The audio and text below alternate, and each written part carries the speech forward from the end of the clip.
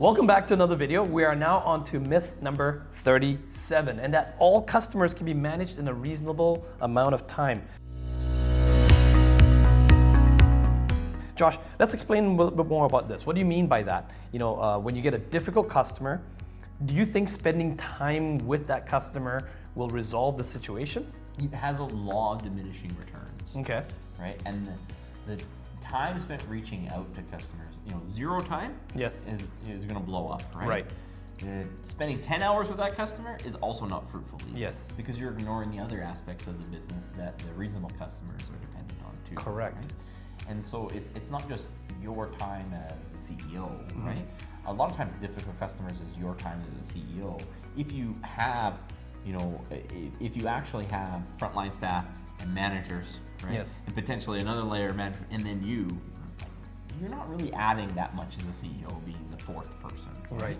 All you're doing is detracting from the other initiatives that are required in the business to make it great. So you have to understand what is the customer asking in terms of time and resources. Right. And is it reasonable? I mean, you even have some great quotes here, right? I'm just going to read one first from Robert Kiyosaki. You must fire bad customers just as you would fire a bad employee. If you do not get rid of your bad employees, the good employees will leave. If you do not fire bad customers, not only will my good customers leave, but my good employees will leave as well. And we did shoot another video as well talking a bit about this and dealing with conflicts and also dealing with customers. So check that video out as well to get more insights. So even Inc. magazine says that 10% of customers will be difficult. That's right. Right? So you can't get this 100% customer satisfaction all the time. No. That's a myth, right? You just keep talking about 9 times out of 10. Your goal is to find a product or service that solves a problem 9 times out of 10. Right. And that's something that's very scalable, right? Yeah. Trying to make it work 10 times out of 10 is normally adding such significant cost that the 9 reasonable people wouldn't have bought it in the first place. It's better to get rid of that one and go focus and find 9 more other good customers. That's right. That's right. Yeah. So I mean, we really have to drill into what they're asking for, because sometimes it's a very, managing customer expectations about managing kind of the terms and conditions, the fine print. Yeah. What could go wrong, right? Yeah. So if you have something sort of a cancellation provision or something in your service, tell them what that is in plain English, right? Yeah. Don't assume that they read the 6-point font on the back of the contract. Tell them what that is. It starts managing their expectations. And there tends to be like a better degree of trust, I think, when you just tell them the positives and, kind of the messy stuff about this could go wrong. It might not go this way. Yeah, we may not finish on time. We may need more time. People I think it attracts reasonable people when you say that, because they know things don't always go perfect. Yeah. Right. And so then when something does go wrong, and if you explain to them what we're going to do if this does go this way, a lot of times you're not going to spend an unreasonable amount of time, right? Yes. And how long did that actually take you to walk through those terms and conditions at the beginning of the agreement, right? Yeah. It's like a contractor. Hey, if I open up this wall and I find something that I wasn't expecting, the quote that I'm giving you doesn't encounter that, right? Yeah. But if you just left that as a 6-point terms and conditions on the back of the contract and you wonder why the customer's upset, that's one thing, right? Right. Now, if the customer wants you to come in and remodel their house because they haven't done that and you've already walked them through that terms and condition, that person's not that reasonable, right? And you have to, use your professional judgment. Is this one of those 1 out of 10 unrealistic people? Yeah. Or is this, a recurring issue that happens, in the other 9 out of 10 people? Yeah. And if it is, then something's wrong with your business, right? Something's wrong in the business. Yeah. But also look at what you're going to give up to solve it. Right. Right? So are you going to add, something that requires virtually no additional cost to do differently? Right. Okay. A lot of times the customer thinks that, well, this would have only taken 15 minutes. It's like, no, it would have taken 15 minutes for every single customer every single month to avoid this. It's a significant cost, right? Yeah. In which case the benefits by executing the proposal doesn't actually outweigh it, right? Right. They tend to think about it in isolation, right?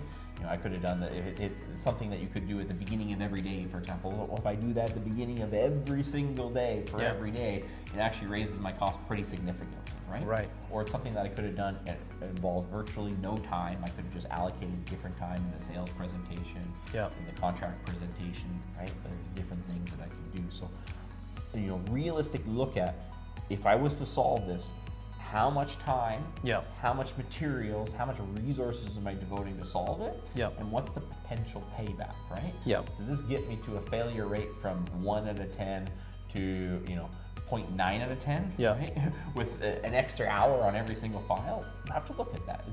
It's a dollar and cents conversion you should be doing. Yeah, and Josh, I mean, you put a lot of emphasis on the time, especially what is the opportunity cost here? What's the time cost, to go and please this one unrealistic customer just because you got the feedback, and rather than actually manage the expectations.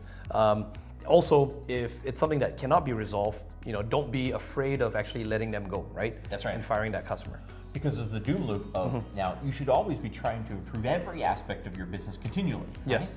But if you're just running from fire to fire because of a few, difficult customers, you're never improving your business on a macro level across the customer base, right? Yeah. If you're looking for the common failure points that, from reasonable people who actually don't even get that upset, right? Yeah. Most reasonable people, they don't actually ever get upset, they just leave.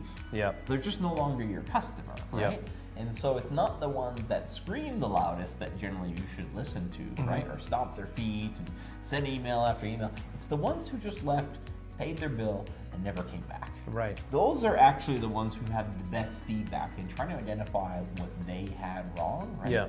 The loud customers, they're just going to go to the next supplier and be loud at the first thing. That's right. Yeah. It's, what are the issues that happen over and over again? Do I have enough time allocated to that? Yeah. Or am I just dealing with the immediate fire of the 1 out of 10 difficult customers, right? Yeah. Totally different. And you mentioned as well too, right? We've talked about this in the other video as well too, about terrorist customers that Robert Kiyosaki is saying, the bad customers actually demoralize your staff. Correct. Because your staff don't want to deal with these bad customers, and you're delegating to them. So it's actually going to make them want to go somewhere else. So if you don't get rid of bad customers, it's not only hurting you for your time, but it's also hurting you because now you have to hire new staff. Correct. Like recruiting people, if those people know that you have no mechanism to get good customers, and the only way we can feed our families is to deal with these difficult people over and over again. It's like, why wouldn't they get another job, right? Yes. So we have to look at, are these the type of people that we want to build relationships with, especially if you're in any sort of recurring service model, right? If you're a corporate lawyer and you're dealing with that same corporate client year after year, right? If you're a sub-trade and you're always dealing with that same general contractor, right? Any sort of business that you're having multiple interactions with the same customer, you have to be more aware of this, right? In a transactional relationship, maybe you're a realtor and you just got to close that one deal on this one person, and then they're gone. They're out of your life altogether. They're not going to buy a house for another 5 years, and you can choose to accept it or not. You might have a little more tolerance for craziness, right? Yes. But if you're in a recurring service model and they're crazy, they will be crazy next month. They'll be growing. And the further you bend, the further they're going to ask you to bend the next month, right? You have to spend more time, it's like pruning a tree. You have to get more customers, retain the reasonable ones, offboard the other ones, and use that additional time savings to make your business truly better for the reasonable customers as well, right? That's right. How do you make your systems and processes better? What are the 2 or 3 things that are going wrong repeatedly? Not this one isolated incident where we're going to do a course correction and have some sort of unrealistic protocol in place that's not really scalable. It's going to reduce our profit margin to such a level that we can't really offer our service anymore. Right? And it's a bit of a sidebar, but most of the time we deal with difficult customers because you don't have enough scalable marketing, which we talk about in other videos. You can check them out as well too in our playlist on marketing. We have, when you have enough leads coming in, when you have enough new customers filling out that pipeline, you have, you're not, when you deal with a bad customer, you have no hesitation to let them go because you know that you can easily replace them. That's right. But when your marketing is not turned on, you don't have proper scalable marketing. That's why a lot of business owners, they desperately cling on to the bad customers that they have. And that's what makes it, it's a vicious cycle. It just destroys the morale of the company. So, Josh, what are the action steps here? Get a scalable, predictable way to acquire customers. Right? And that's number 1, right? Number 2, you need to offboard any unrealistic customers if they're unrealistic. Do it immediately, right? Yeah. So I mean, the first step is probably assessing what did they actually want. What would it have taken to make sure that didn't happen? Is what they're asking me to do. First of all, is what happened. Does that happen? Does it go wrong often, or is this an isolated, really specific circumstances, right? And then once you've isolated that, okay, how often does this happen, and what would we have done, and how much would that have cost? And then would anybody buy that updated service, right? If we added 15 minutes or $100 worth of supplies or whatever it is, does that price you out of the market, right?